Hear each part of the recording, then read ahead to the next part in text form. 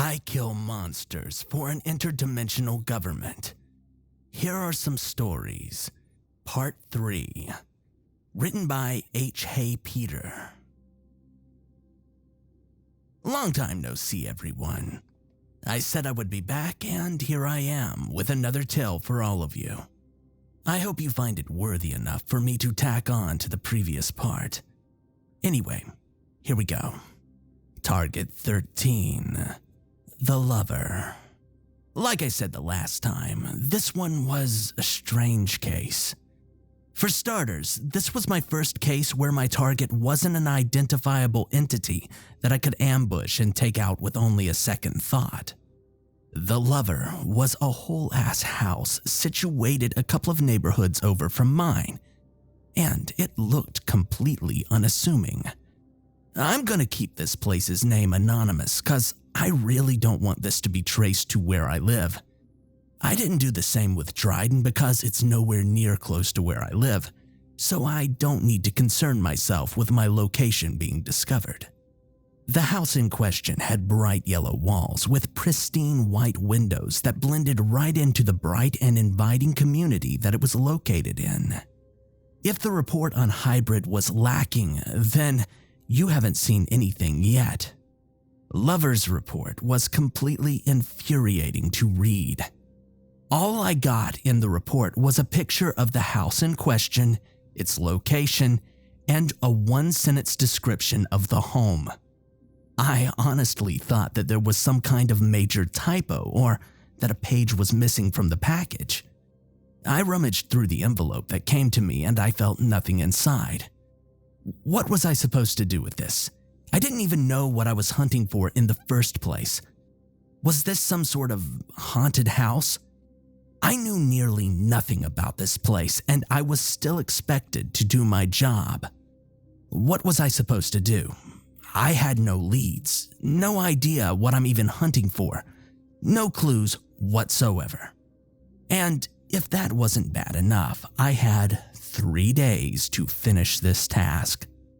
I was so angry that I seriously tempted myself to crumple up the report right where I stood and shove it back in the mailbox.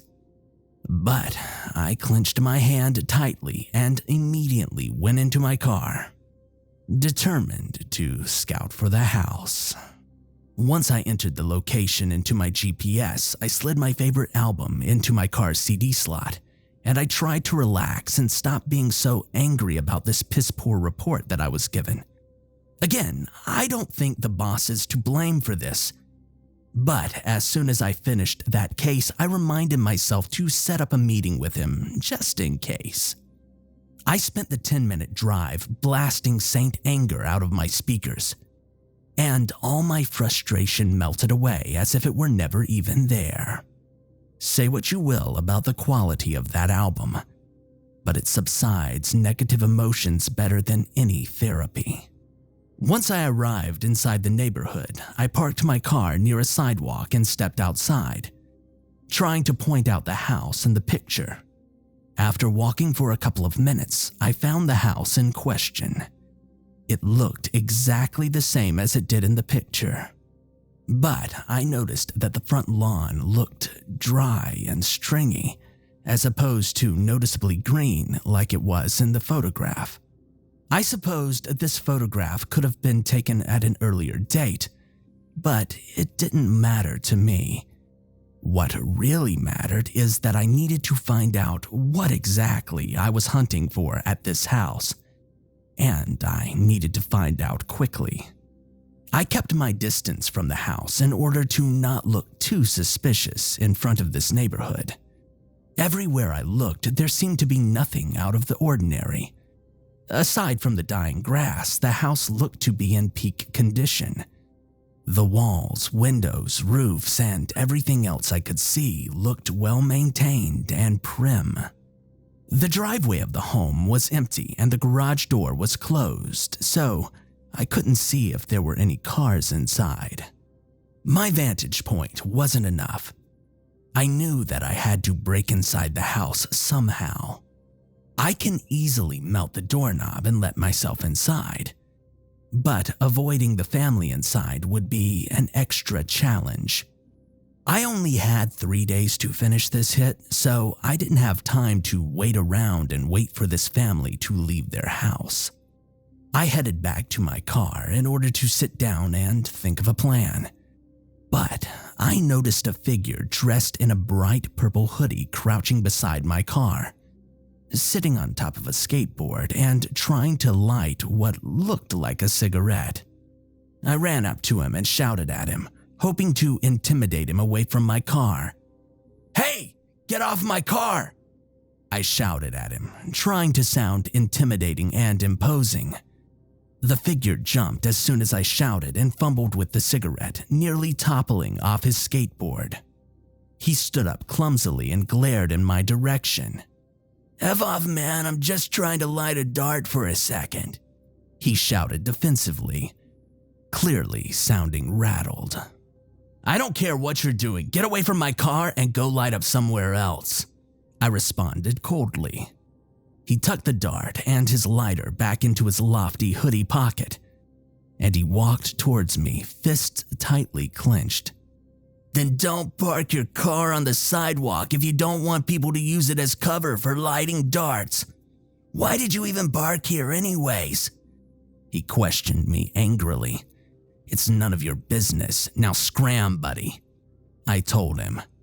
My retort caused his angry expression to soften, and it turned into a slight one of disdain. "You were going to the old McMillan house, weren't you?" He didn't phrase that as a question, but as a statement. The McMillan house. Is that the name of this house that I'm after? How does this guy know more than I do? I thought to myself.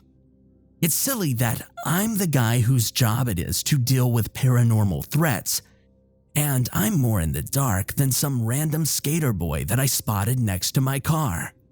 The McMillan house, is that what they call that place? I asked him, hoping to pry out more details from him.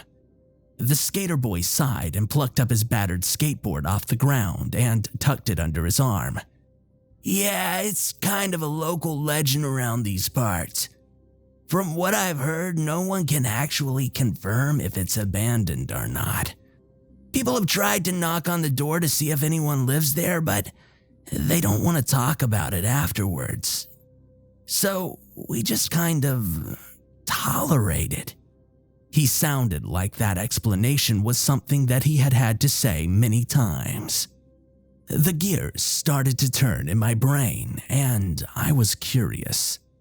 So, it's likely the house itself that's the issue. Am I supposed to burn it down? I thought to myself. I asked him another question. Why is it called the McMillan house? I thought no one lived there. He darted his gaze from me and rocked himself on his heels. Well, someone used to live there, but He trailed off and started to fidget with the board in his arm, looking noticeably uneasy. "They died," he said quietly. An uneasy tension filled the air around us. My previous theory of the house itself being my target was starting to look less likely. It was either the ghost of this McMillan fellow or the house itself, like in the movie Monster House. I needed to know more, and this guy seems like my golden ticket. Do you mind if you give me something of an interview on that house? Let's talk about it over lunch. My treat, I offered. He perked up when he heard that I was going to pay and stopped fiddling with his board. "It sounds like you're coming on to me, but all right, sounds cool. I know a place not too far from here where we can talk about it. The name's Connor, by the way." He shoved his hood from his head, revealing his neck-length wavy brown hair, and stuck out his outstretched arm at me for a handshake. I ignored his suggestion of my intentions, and I gave him a firm handshake, and we headed off to an urban-looking pizza joint. I ordered us a large pepperoni and anchovy pie, and we took our seats by the window. The large man working at the cash register greeted Connor by his first name. and made no comments about him bringing his skateboard into the building. So I assumed that those two are close, or at least close enough for Connor to not get yelled at. Connor had already scarfed down 2 pieces of the pie before he spoke a word about the house, leaving me to nibble on my first slice and patiently wait for him to start talking. Right, so from what I've heard, an older guy by the name of Eric McMillan used to live in this house some time ago. This was way before my time, so you'd have to ask an older person if they can remember him. And the thing about McMillan was that he really didn't socialize with the other neighbors. He just kept to himself. Connor explained, speaking over mouthfuls of anchovy pizza.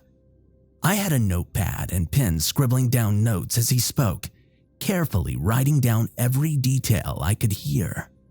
This did change after some time, but people don't like to talk about it, he finished. I raised an eyebrow in curiosity. Care to elaborate? I asked. Connor darted his gaze from me and finished the slice of pizza in his hands.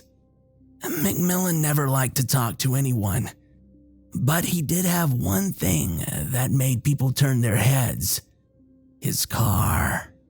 It was this big, ugly pickup truck that looked a day away from collecting dust in a scrapyard somewhere. Every time he'd leave for work in the morning, the sound of this beast revving up would wake up the whole block. One day, he drove his noisy car to work and never came back. He just disappeared. Connor started waving his hands around with his speech like he was trying to emulate a pantomime performance. Initially, people thought that he was going on vacation, but around 2 months of him not returning, people got suspicious. I don't know if it was a concerned citizen or someone trying to rob him, but someone went inside his house. I think the front door was left open too.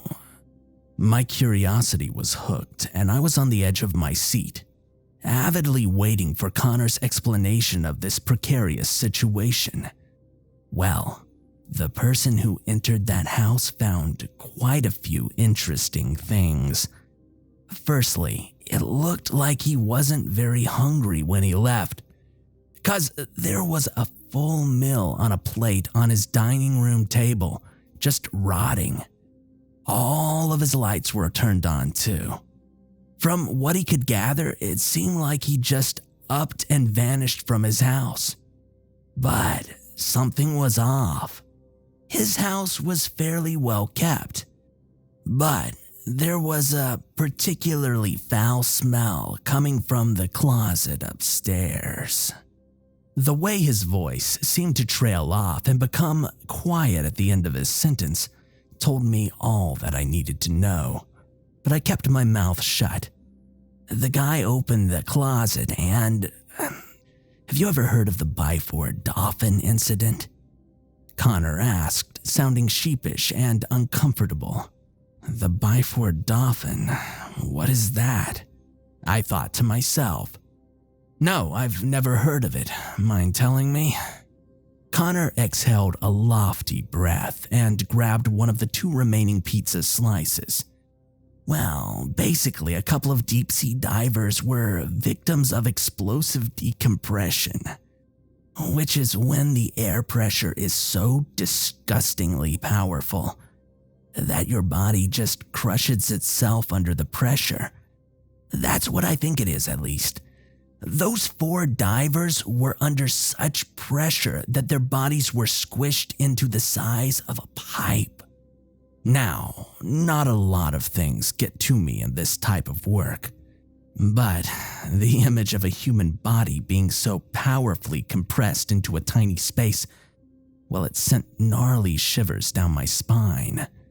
Anyway, and when the home invader opened that closet, he found that exact thing.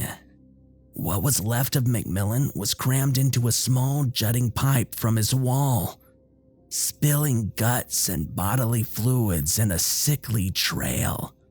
Naturally, the cops were called and they swarmed the house to look for evidence, but they hit a wall pretty quickly. Somehow, there were 0 fingerprints anywhere in that room. Not a single smear or suggestion of DNA in that entire room. Not to mention, how do you even shove someone into a pipe that small? I wasn't there, so I'm not too sure of what happened after that, but I do know that the house was completely avoided afterwards. All that nasty business drove the neighbors away, and no one wants to buy the house. I think it should be demolished, but God knows who gets to decide that. Connor finished his final slice and shuffled in his seat, rolling his skateboard onto the ground under his foot. The conversation we had had was super insightful, and it kind of made me feel like a detective. Well, that really gives me some valuable insight. Thanks a million, Connor. I told him, expecting him to finish the last slice of pizza. Connor flashed his palms at me defensively and made a grievous expression. Just tell me, you won't go in there, right? I don't want you snooping around in there. Sometimes I see people trying to sneak in there, he said, sounding nervous. I still needed to go in there and to finish my job, but I didn't want to give him a reason to worry. Don't worry, I won't, I promise. I lied to him. He relaxed and slumped his shoulders, a casual smile widening on his face. Thanks, man. I don't want to stumble across something gross, you feel? He said calmly. We shook hands again and said our farewells, and he skated away once he left the shop, leaving me the last slice of pizza and the bill. Once I paid the bill, I walked back to my car and went back to playing the waiting game, thinking about my game plan for storming the house without being seen. I still didn't actually know what I was hunting in this house, but my meeting with Connor indicated that it was most likely a ghost roaming the house that it owned in its previous life. I told myself that if I survived this, I would have a strong word with whatever mook my boss got to write these half-assed reports. Around 9:30 p.m., I parked my car inconspicuously in a fast food parking lot and I made my long trek back to the neighborhood. I had my kukri tucked into my jacket pocket. I arrived around half an hour later and I avoided the streetlights and crept up beside the house, looking for a window to enter. I found an unlocked window and quietly slipped it open and slithered inside. I was expecting an uncomfortable, disheveled home, like how Connor had described it, but I was surprised to see just how dark it was. To say the inside of the house was pitch black was a complete understatement. This place was absolutely Vanta black. Not even the creeping light from the window made this place even a little brighter. I literally couldn't see anything. No items inside the house, not from outside the window. Not even the light from my phone was able to illuminate the room. I begrudgingly took a small step forward, and I relied on my ears to navigate myself. I wanted to find the closet that Connor mentioned that McMillan was found disfigured in. I wasn't sure if his spirit would be contained in there, but it was a place to start. The sounds of my footsteps creaking against the wood floor was my only guide, apart from my hands waving frantically to ensure that I don't bump into anything. I bumped into what I thought was a table, and my heart leapt inside my chest. Eventually, I felt the soft touch of a carpeted step on my hand, and I smiled confidently. I had found the stairs. Now, to find the closet, I thought. I walked up the narrow staircase and placed both of my hands against the parallel walls. I kept them against the walls as I walked along the hallway, and eventually they found a wooden door. I brushed against the brass doorknob and entered the room, and I felt a frosty sensation rushing all throughout my body.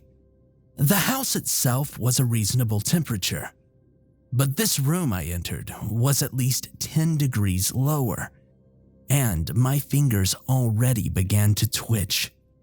I'm still not sure if the temperature change was the fault of an AC or something ghosts can just do, but I don't really care to think about it in hindsight. I hugged myself and walked through the room, my whole body shivering fiercely. I tried to find another door inside this room, but I was only met with cold, cold walls. Every second that I didn't curl my fingers, they got colder and colder, and I could feel them starting to hurt. I shoved them inside my pockets and instead opted to rub my shoulder against the walls to find something instead. I felt the metal leg of what I assumed to be a bed bang my foot, and I winced in pain. Just as I was ready to abandon this room and find another, I felt a groove in the wall and felt wood.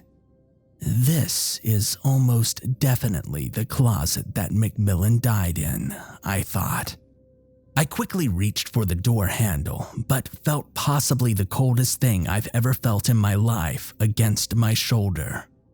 It was so horrifically cold that the frosty temperature in the room was a heat wave in comparison.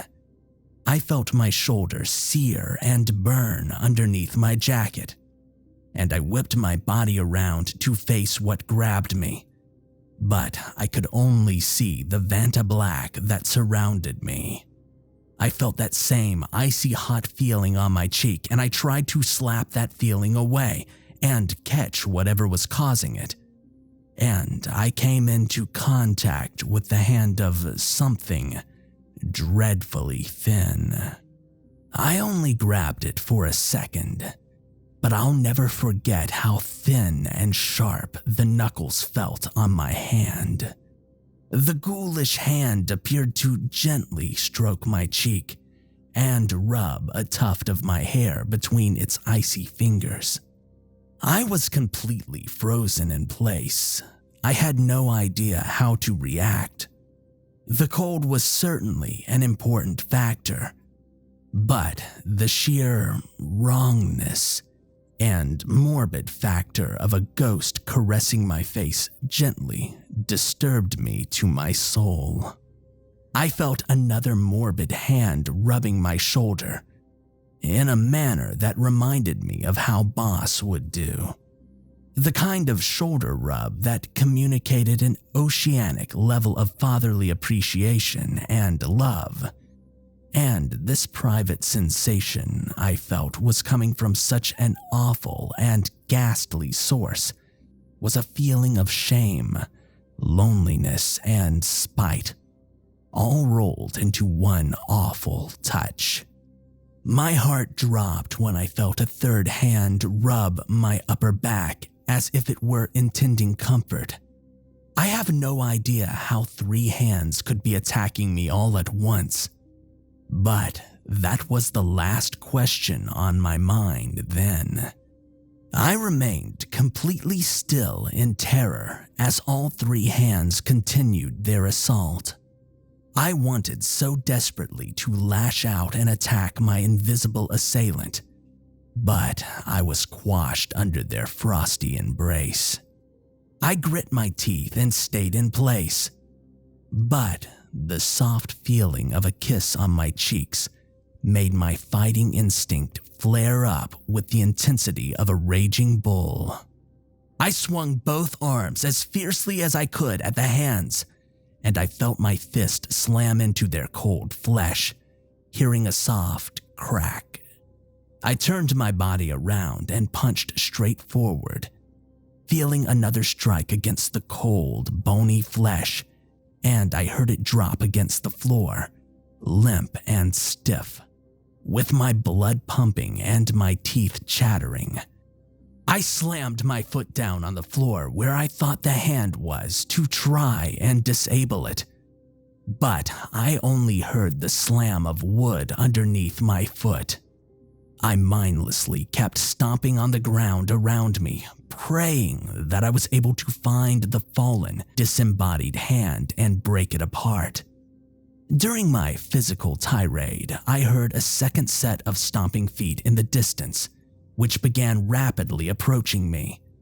Before I even knew it, the footsteps followed me into the room that I was in, and I heard a voice call out to me. "I told you not to go inside. Are you serious? You could get killed in here." The voice shouted at me, sounding both angry and it carried a hint of concern. I recognized who the voice belonged to as soon as I heard it. "Connor, is that you?" I asked into the Vanta black space, hoping that I was right. I stopped stomping my foot, and the footsteps continued to approach me. The sound of a heavy metal object being dropped onto the floor rang out repeatedly. The crunching of bones followed shortly. "Yeah, it's Connor. Get inside the closet," Connor told me, sounding out of breath. He opened the closet door that I was struggling to open without any issues, and he pushed me inside. "I know it's still pitch black in here, but I need you to help me stomp on this pipe on 3, all right?" he said again. I couldn't see my own feet in front of me, but with how small the closet was, I was able to feel the pipe and tap my foot against it. 1, 2, 3, Connor shouted, and we both slammed our feet down onto the pipe. Given both of our weight, the pipe dented quickly, then was torn from the hole in the wall that it jutted out from, and almost instantly, the room's temperature became more akin to the rest of the house. I breathed a sigh of relief. That was all over. But Connor was less than happy. "You idiot! Why did you go inside the house when I told you not to go inside the house?" he shouted, his words booming and reverberating in the compact closet walls. Wordlessly, we marched through the dim house, bumping into the walls and furniture as we tried to navigate completely blind. I found the window that I had entered and slipped it open, crawling through the narrow entrance. The night sky was a sight for sore eyes, and I took it all in gratefully. Connor followed suit and marched towards me angrily. Inside the pocket of his hoodie, I saw some type of dark, blunt metal object, likely the weapon that he had used to attack the hands. Neither of us said anything to each other. Either we both waited for the other one to speak first, or we were both trying to intimidate the other. I didn't let him get the upper hand, and we exchanged menacing glares with each other. After a minute or so of staring daggers, Connor finally spoke up. "Look, you clearly have something going on. I really don't have time to deal with this right now, but we need to talk about what just happened. And sometime I'm gonna find you and we're gonna have a serious conversation about this, okay?" he said, sounding aggravated. This all made me question just how much Connor really knew about the house that we were just in. I assumed that he was warning me as a concerned citizen, but obviously, he knew far more than he let on. For just a moment, I worried that he knew about my job and about the boss. He spun on his heels and trudged down the dark road, and I went in the opposite direction to my car. The lengthy walk was filled with curious thoughts on how suspicious Connor was, and how miserable this hit was. I wish they had just told me to stomp on a pipe and leave. Was it really that hard? I thought to myself. I'm glad that I was able to survive past this hit so that I could complain to whatever dunce made these files that were given to me. I walked back to my car and drove straight home, white-knuckling the steering wheel the entire time. I kept thinking about Connor's offer in the back of my mind. I didn't really know what a meeting between us would entail, but it wouldn't be good. When I got home, I checked the mail and found an envelope with $15,000 inside. A decent amount of money, but it still felt hollow for all I had had to put up with.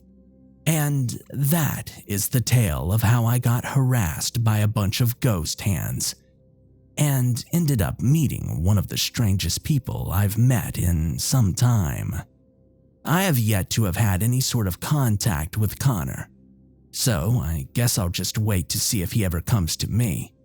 I know that he isn't one of the boss's proxies, so I can't really begin to track him.